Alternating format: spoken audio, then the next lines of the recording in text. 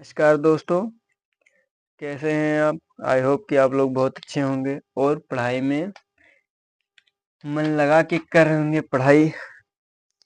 तो समय और डिस्टेंस में हमारा पार्ट 1 हो चुका था। अब हम पार्ट 2 देख लेते हैं।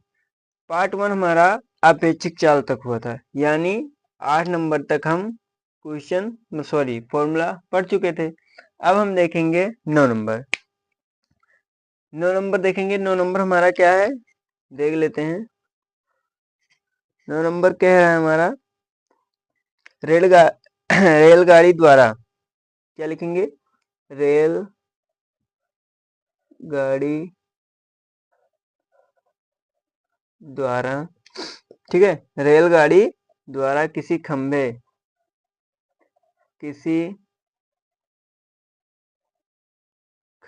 या खड़े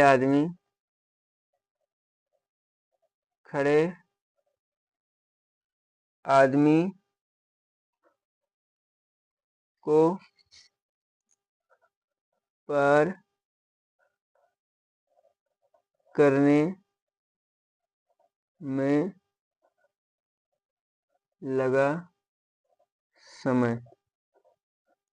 जब क्या है? रेलगाड़ी द्वारा किसी खंभे या खड़े आदमी को पार करने में कितना समय लगता है, ये हमें बताना है।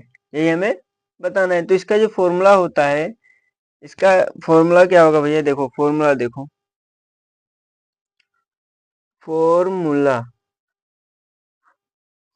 फॉर्मूला आप क्या लगाएंगे? रेलगाड़ी की लंबाई क्या लिखेंगे? रेलगाड़ी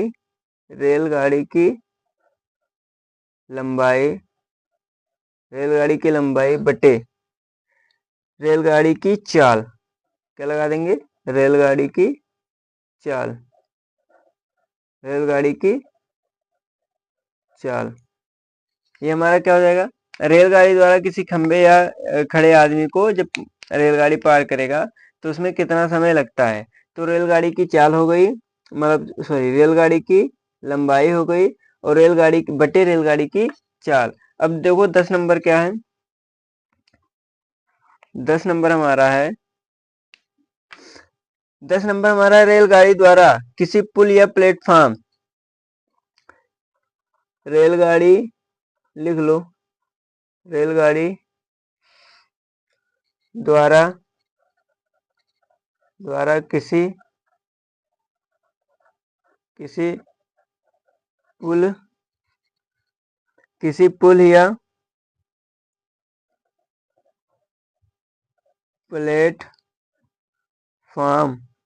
पुल या प्लेटफॉर्म प्लेटफॉर्म को पार करने में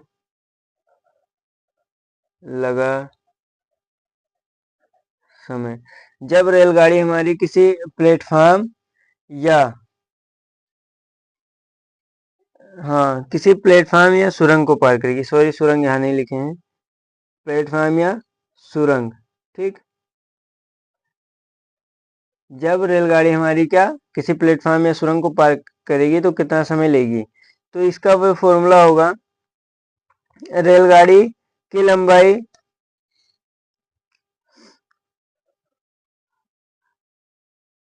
रेलगाड़ी की लंबाई प्लस प्लेटफॉर्म या सुरंग की लंबाई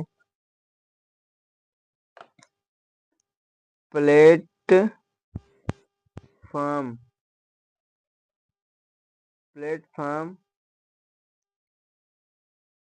प्लेटफॉर्म की लंबाई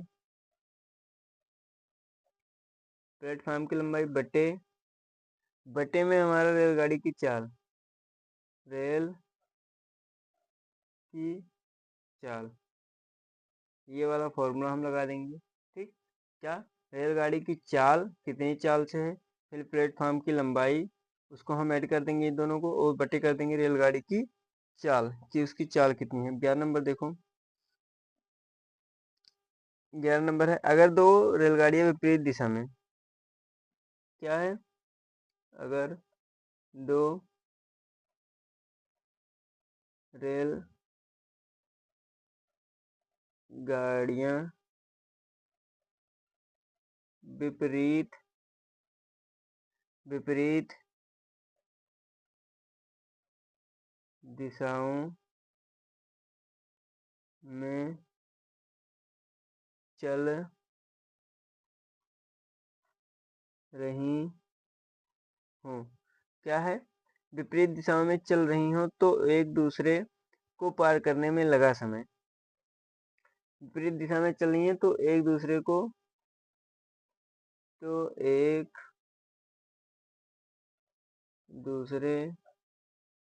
को पार करने में लगा समय। कितना समय लगाएंगे, तो इसका जो फॉर्मूला होगा वो है कि दोनों गाड़ियों की लंबाइयों का योग, आप लोग लिखिए, दोनों गाड़ियों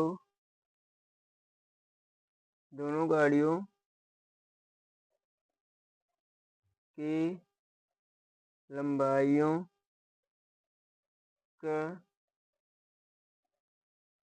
योग, दोनों गाड़ियों की लंबाई का योग बटे में क्या रहेगा, दोनों की चालों का योग, दोनों की चालों का योग, दोनों की चालों का योग, ये हम फॉर्मूला लगा देंगे। अब देखो 12 नंबर क्या है, 12 नंबर भी बहुत आसान है। जब दो रेलगाड़ी एक ही दिशा में चल रही हो और एक दूसरे को पार करने में कितना समय लगाएंगे, यही है, लिखो, जब दो रेल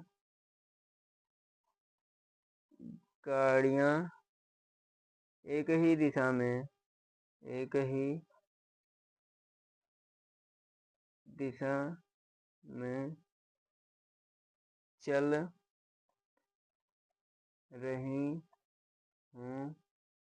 चल रही हूँ तो एक दूसरे